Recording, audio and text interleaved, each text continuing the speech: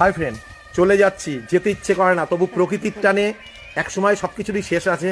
সেরকম অনেক time video shoot করলাম, কিন্তু একসময় তো বাড়ি যেতেই হবে। যে যার সারাদিন পাখি ঘুরে খাওয়ার আশায়, তারপরে কিন্তু ঠিক তার নিজের বাসায় সন্ধ্যাবেলায় ফিরে চলে যায়। এরকম আমরাও ভিডিও করতে এসেছিলাম, কিন্তু প্রকৃতির নিয়ম অনুযায়ী আমাদেরও যে যার বাড়িতে এখন পৌঁছতে হবে। সেই জন্য এখন আমরা বাড়ি চলে যাচ্ছি। প্রচণ্ড সুন্দর ব্যবহার পেলাম, অনেক ভিডিও হলো, কিন্তু বাড়ি তো আমাদের যেতেই হবে। রানুদি কিছু বলবে?